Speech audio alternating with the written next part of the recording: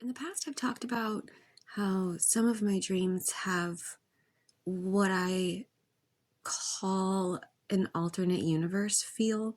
And it's just that I return to these dream places repeatedly. And time has elapsed in these places just like it has in the real world. And I just sort of pick up where I left off. So that's what I was in one of these places that I'm in regularly. Um, and in this alternate sort of reality dreamscape, I'm living in the same state that I live in now, but it's different. It's pretty different. Um, dare I say better in my dream world? And that's not a dig at my state at all, I live in the Northeast, I live in New England. It's gorgeous up here. In my dream world version of where I live, it's just there's better upkeep of roads and it's very organized. So the transportation in this world is very organized. Instead of having like separate train stations and airports and ship ports, there are consolidated like transportation hubs where all of these things go out of from the same place. So it doesn't matter if you're getting on a plane or a train or there's these like also in this dream reality, there's sort of like underground trains. They're not trains and they're not like the T or whatever in Boston. It's very different. It's very high tech. Oh, it's kind of like I think the Hyperloop. I think it's very similar to the Hyperloop. So super high tech. Underground trains move very fast in my dream world.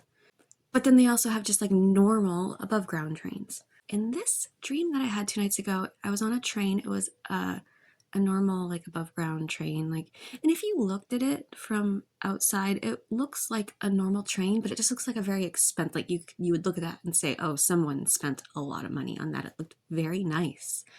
You know, Amtrak trains don't look super nice because they have not been kept up. uh, but in my dream world, these are very nice locomotives. Um, and like one of those almost typical at this point sci-fi tropes, it was bigger on the inside than it was on the outside. It looked like a normal train on the outside, very nice normal train, but a normal train on the outside. You go inside, it was huge. It was like, I can't even really say the scope of how big this train car was. I mean, think of multiple football fields. It was massive on the inside. And it just looked like this really fancy, like, it sort of had an Art Deco or Art Nouveau kind of 1920s vibe. There was very plush, like velvety kind of textures and deep reds and golds. And just, it was, it kind of reminds me of that train in the Hunger Games movies. Just like the nicest of the nice, elegant, gorgeous on the inside, but really huge. For whatever reason, in my dream there was a reason, but I couldn't remember it when I woke up. I made my way from like the social sort of observational car all the way up to the very first car, the engine car.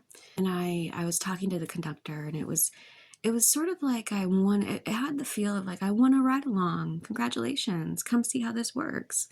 So I was up in the engine room with the conductor, and one of the oddities about this train is that it there was a door right at the very front of the engine room. There was a door that led out onto the top of the train, but there was like an observational deck up there where people could walk. It was like being on the Titanic, sort of. And you walk out onto the deck, and then there's that scene with Jack and Rose at the front of the ship. And at the very front, so on this train, you could walk out across a deck. And at the very, very, very front of the train, there was a seat built into the train where you can literally sit at the front of the train and feel what it feels like to be at the front of the train, the adrenaline rush. It was like a tourist attraction almost. And I sat in the seat and there were sort of like hand grips on the sides so that you could hold on. There was nothing buckling you in, but there were hand grips built in, and you would hold on. And the train was going very slowly. I mean, down the track, he was maybe going 5 miles per hour. But you could still, I mean, when you're right there in the front, you feel it. You feel that wind and the adrenaline rush, and you feel your heart start to go. And this was all what I was feeling in my dream. The thing that was interesting is that the train was made of an unfamiliar metal.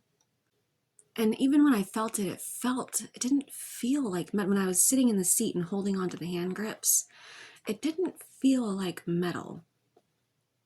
It felt cold, and it had that slick surface, and I knew in my head it was metal, but it was very strange. And after the fact yesterday, when I was thinking about the dream, I realized what it reminded me more of than metal was very smooth, worn stone. It was like a stone seat carved out with stone hand grips, but I knew it was metal, but that's what it seemed more like to me. It had a texture to it when you would look at it, but when you would touch it, it was very, very, very smooth. And again, it felt like very old, worn stone. It didn't feel like metal. I just knew that it was. It was odd. After being on the front of the train for a few minutes, I went back inside and I was talking to the conductor about how I was nervous because there had been so many train derailments recently. I was concerned about the state of the track and did it need to be, should we really be doing this right now? And he assured me that it was all fine. And then he said something that in the moment calmed me down and made me feel better. But after I woke up, I realized like that's kind of messed up. But in my dream, I was worried about a derailment. And he said, don't worry about it. Don't worry about it. And he's like, besides, we're in the first car. The first car is never the one that derails. So even if it did derail, we'd be fine. And for whatever reason in my dream, that made me feel better. But then I woke up and I was like, well, why wasn't I concerned about anyone in the back cars? Like in real life, I would have been really concerned about the people in the back cars. But in my dream, it didn't even occur to me. So I'm not a nice person in my dreams, maybe. I think that's most of the dream. There was more, I just can't remember it. I do remember being in the transportation hub. They're always very cool. They're very nice. Yeah, thanks for listening. Wait, don't go yet. I just wanted to add on that in my next video, I'm going to talk all about the transportation hubs because they're super cool and worth a whole video.